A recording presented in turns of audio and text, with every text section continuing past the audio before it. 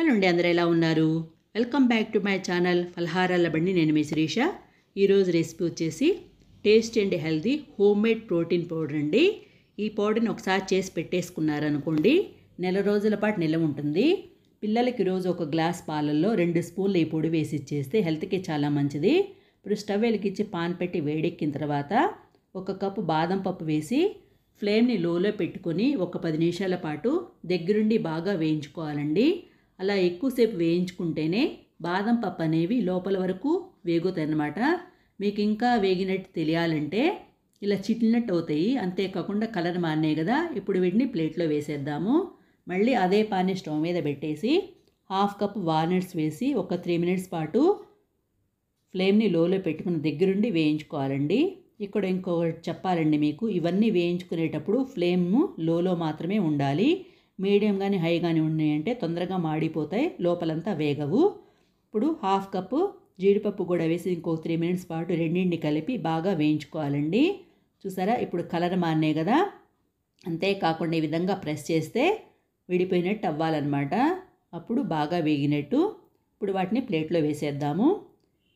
ఇవేంటంటే రోజు ఒక గ్లాస్ పాలలో పిల్లలకి పొడి వేసి ఇచ్చారనుకోండి, పిల్లల్లో bone strength, brain development, weight పెరుగుతారు. ఇన్ని ప్రయోజనాలు ఉన్నాయి కదా, కంపల్సరీగా ఇవ్వండి. వాటిని ప్లేట్లో వేసేద్దాం. ఇప్పుడు అదే పాన్ని స్టవ్ మీద పెట్టేసి 2 spoons pumpkin seeds, 2 spoons sunflower seeds, 2 spoons water melon seeds వేసేసి ఒక 3 మినిట్స్ పాటు ఈ విధంగా వేయించుకోవాలండి. ఇవేంటంటే తొందరగానే వేగిపోతాయి.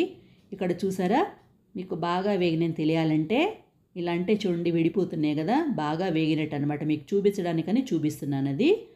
ఇప్పుడు ఒక 3 మినిట్స్ పాటు వేయించుకున్న తర్వాత ఇప్పుడు దీంట్లోనే 1 స్పూన్ చియా సీడ్స్, 2 స్పూన్స్ నువ్వులు కూడా వేసేసి ఇంకొక నిమిషం పాటు వేయించుకోవాలండి.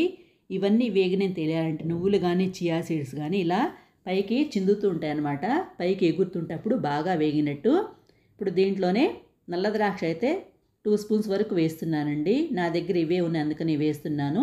మీ దగ్గర వేరే ద్రాక్ష ఉంటే అవైనా వేసుకోవచ్చు. అవి వేసేసి ఇంకొక నిమిషం పాటు ఈ విధంగా వేయించుకుంటే సరిపోతుంది. మిగతా ప్రాసెస్లోకి వెళ్ళే ముందు చిన్న రిక్వెస్ట్ అండి, ఎవరైనా నా ఛానల్లో కొత్తగా చూస్తున్నట్టే తప్పకుండా సబ్స్క్రైబ్ చేసుకోండి. ఇప్పుడు మిక్సీ జార్లో 1 కప్పు షుగర్ వేస్తున్నానండి. షుగర్ వేసేసి మూత పెట్టేసి వీళ్ళనంత మెత్తగా గ్రైండ్ చేసుకోవాలి. ఇలా గ్రైండ్ చేసుకున్న షుగర్ని ఒక ప్లేట్లో వేసేద్దాము. ఇప్పుడు మళ్ళీ మిక్సీ జార్లో ఇందాక వేయించుకున్నాం కదా జీడిపప్పు, బాదం పప్పు అవన్నీ వేసేద్దాము. అవన్నీ వేసేసి మూత పెట్టేసి వీళ్ళంత మెత్తగా గ్రైండ్ చేసుకొని ఎయిర్ టైట్ బాక్స్లో పెట్టేసుకున్నారనుకోండి, నేను ముందు చెప్పాను కదా నెల రోజుల పాటు నిల్వ ఉంటుందనేది. ఇదైతే చాలా యూజ్ అవుతుందండి. పిల్లలే కాకుండా పెద్దలు కూడా తీసుకోవచ్చు. పెద్దలు పాలు తాగేటైతే పాలలో వేసుకొని తాగొచ్చు అనమాట. అంతేకాకుండా పాలు ఇష్టం లేని వాళ్ళు 2 స్పూన్లు విడి తింటే సరిపోతుంది. ఇప్పుడు ఇందాక మనం మిక్సీ పట్టుకున్న వాల్నట్స్ అవన్నీ కూడా వేసేసి ఆ పౌడర్ని వేసేసి ఒకసారి బాగా మిక్స్ చేసేసుకోవాలి. మిక్సీ పట్టుకునేటప్పుడు ఒక చిన్న టిప్ అండి, ఆన్ ఆఫ్ చేసుకుంటూ వేసుకోవాలి. అంతేకాకుండా బాగా చల్లారిన తర్వాత మాత్రమే ఈ వాల్నట్స్ ఇవన్నీ వేసి మిక్సీ పట్టుకోండి.